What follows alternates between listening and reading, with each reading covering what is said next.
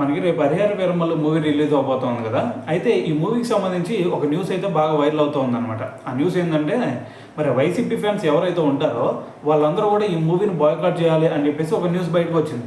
అయితే దీని తర్వాత నాకు ఒక డౌట్ కూడా వచ్చింది. అదేంటంటే అరే వీళ్ళందరూ ఎందుకు బాయ్కాట్ చేయాలనుకున్నారు అంటే వీళ్ళకి పవన్ కళ్యాణ్ గారికి ఏదైనా సరే ఒక విద్వేషాలు ఏమైనా ఉన్నాయా అంటే పవన్ కళ్యాణ్ గారు వీళ్ళ ఇంటికి వెళ్ళి వీళ్ళ కూడు ఏమైనా నోటి దగ్గర కూడు లాగేసుకున్నారా, లేదు అంటే వీళ్ళ ఆస్తులు ఏమైనా తీసేసుకున్నారా, లేదంటే మరి వీళ్ళని కొట్టారా తిట్టారా, ఏం చేశాడు, ఏం చేయలేదు కదా మనకు తెలిసి. మరి ఏం చేయనప్పుడు ఎందుకు వీళ్ళు ఎంత గ్రజ్జ పెట్టుకున్నారు, ఎందుకు బాయ్కాట్ చేయాలనుకున్నారు?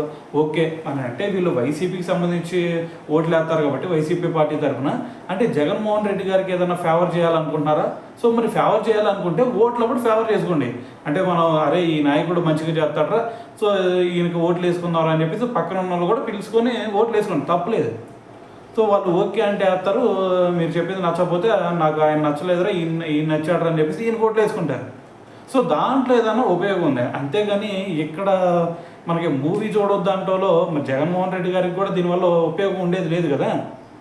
సో మరి ఇక్కడ నువ్వు మూవీ చూడకపోవడంతో పాటు పక్కన ఎవడైతే చూడాలనుకుంటున్నాడో వాడిని కూడా నువ్వు చెడగొడుతున్నట్టే.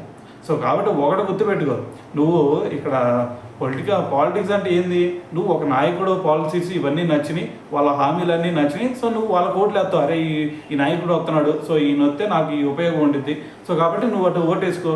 దాని తర్వాత వీళ్ళకి జనసేనో లేదంటే టీడీపీనో వాళ్ళ పార్టీకి సంబంధించి వాళ్ళ హామీలు కొన్ని ఉంటాయి. సో ఈ నాయకుడు వచ్చాడంటే ఈ పనులు చేస్తాడు మనకి, సో దీనివల్ల ఉపయోగం ఉంటుంది అంటే ఇంకోడు అవి నచ్చినోడు ఇంకోడు వాడు ఓట్లు వేసుకుంటాడు. సో ఎవరికి నచ్చిన వాళ్ళు వాళ్ళకి ఓట్లు వేసుకుంటారు, అంతేగాని నువ్వు ఇక్కడ పర్సనల్ గ్రజ్జులు పెట్టుకోవడానికి వీల్లేదు. ఎందుకంటే నీకు పర్సనల్గా నీకు అటాక్ చేసింది లేదు. ఎవడైనా సరే నీకు పర్సనల్గా అటాక్ చేస్తే ఆటోమేటిక్గా వాళ్ళ మీద గ్రజ్జు పెట్టుకో, తప్పలేదు. వాళ్ళ మూవీకి వెళ్ళమాకు, నేను ఎందుకు వెళ్ళాలరా వాడు నాకు అన్యాయం చేశాడని చెప్పి.